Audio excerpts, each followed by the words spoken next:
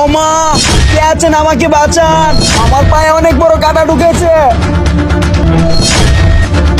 আরে চিল্লানির আওয়াজ শোনা যাইতেছে জঙ্গল থেকে, মনে তো হয় এদিক থেকে শোনা যাইতেছে। দেখি তো গিয়ে।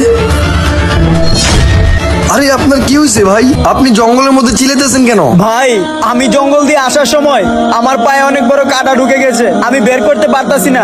আপনি আমাকে একটু হেল্প করেন না? আরে আজান দিতেছে ভাই, নামাজের সময় হয়ে গেছে, চলো নামাজটা পড়ে আসি। না ভাই, আমি নামাজ পড়তে যাব না, আপনি যান। আচ্ছা ভাই, তাহলে আপনি থাকেন। উনি চলে গেলে তো আমি যেতেও পারবো না, কাটাও বের করতে পারবো না। তার চেয়ে ভালো ওনার সাথে নামাজটা পড়ি। এই যে ভাই, ভাই দাঁড়ান, আমিও আপনার সাথে নামাজ পড়বো।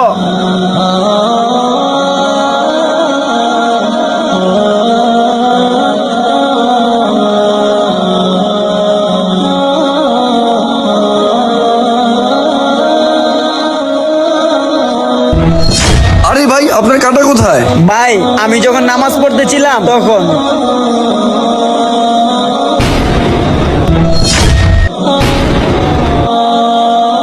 বুঝতে পারছেন ভাই? নামাজই সকল সমস্যার সমাধান।